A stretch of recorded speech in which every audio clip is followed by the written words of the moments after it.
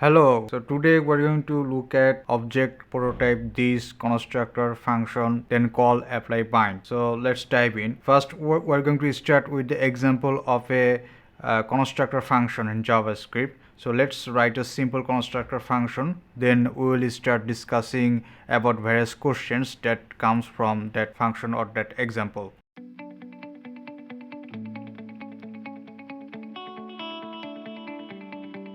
This is a very simple constructor function. It takes two arguments, name and age. Now how do you attach a new method? Like I want to attach a method print age. So how do you attach it? So now we'll write that part.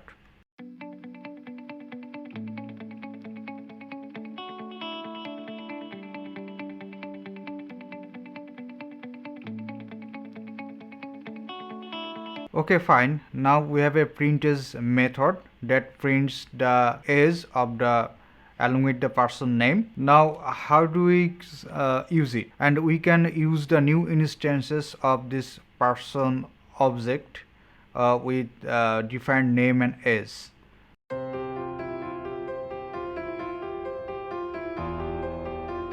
Now for example, we want to print the age of this new person instance. So person dot print age. Does this work? We'll run this code. Yes, it's working. Now the question is why we need to write person.prototype.print age. Why not just person.print age? That's because when you write a constructor function, it is attached with a prototype property. Now whatever function or property you use it in the prototype will be available in an instance. And if we write this way, like person dot print age, this method will be available directly on the constructor object. It will not be available in the object instances. So that's why we need to use the prototype if we want the method to be available to the instance. Do you know about arrow function? Can we use arrow function here? Like if I do this, will this work? The answer is no, because how the context of this work in the arrow function. The arrow function's this context is the context of the enclosing parent. So in our case, the context of this will be this module itself, because we are in the Node.js environment. In the browser environment, the context of this will be the window if we use the arrow function. So if we run this code, we'll get undefined because the name and age is not available in the global this. So if we run this code, so we're getting undefined. So now the question is, what are the limitations of arrow function? What are the other limitations? Another use case will be when you use the event listener in any DOM element. Like we used event listener against a button, and we have to give a callback function to that event listener. Context of this there should refer to the button itself or the element itself whom the event listener is attached. And there, if we use the arrow function, we will not get that element. So it will not work. Another limitation of the arrow function is that we can't use arrow function while declaring a constructor. That means we can't do like this.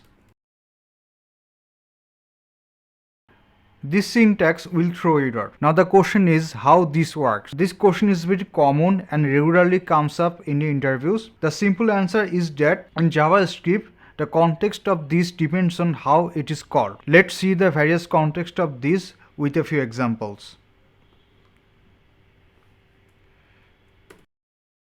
Here the context of this is the window in browser environment and the module scope in the Node.js environment. This is also called the global this. Now let's see another example. What is the context of this here? It depends on whether we are in strict mode or non-strict mode. In non-strict mode, the context of this is global. That means it is still a global this. But in strict mode, the this will be undefined because it is not attached to any object. Now for example, we have a property called this dot a. Now this is undefined here. Now the value of this or the context of this will depend on whatever the object it is bind to. So let's declare an object which have a property a. Now we need to connect this object with this method. So how do you do that? We can use either call or apply.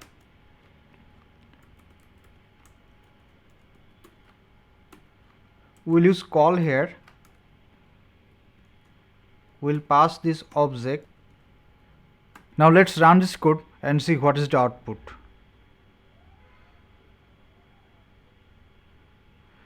It's 2.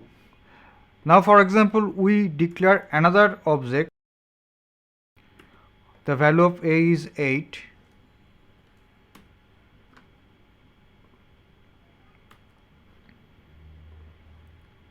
Now what is the output? So here we get 8, and we can also use apply here.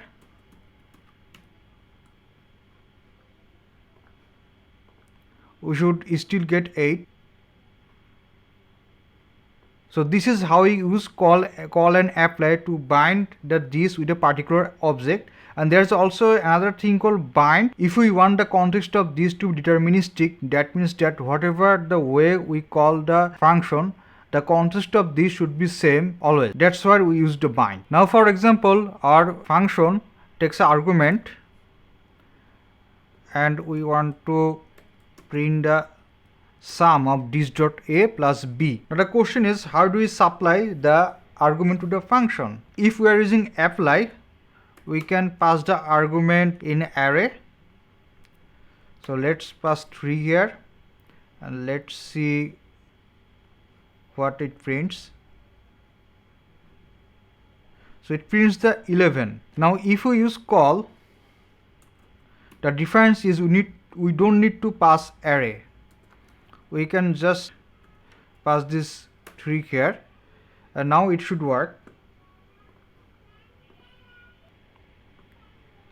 So this is basically how the call, apply and bind works. I am not giving the example of bind here because you can imagine how this will happen. It is similar to call and apply, except that the context of this will be fixed in that case. Now we are going to look at how prototype chain works in JavaScript. Let's see an example.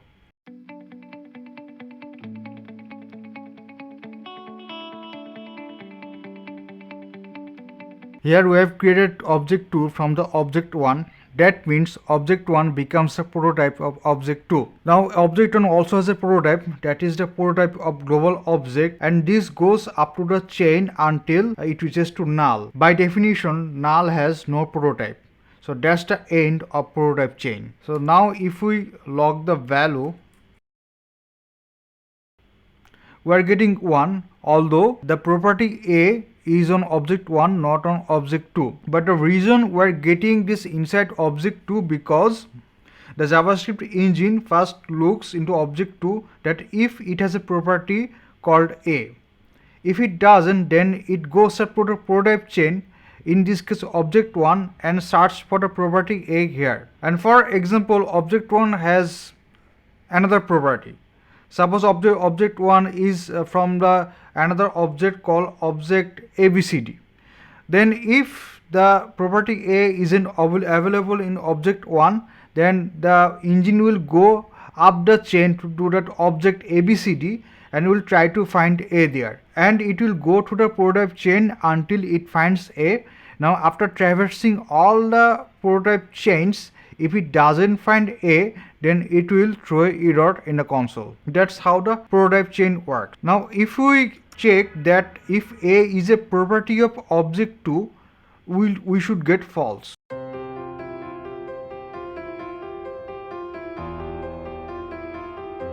So we are getting false. Now here is another case. The has-on property actually is a property of global object, and since object 1 is from the global object, it inherits this has-on property. Now object 2 is created from object 1, so has-on property is available to object 2 as well. So this is prototype chain in a nutshell. I hope you have found this video useful. Please like this video and subscribe to the channel, and I'll see you the next time. Bye.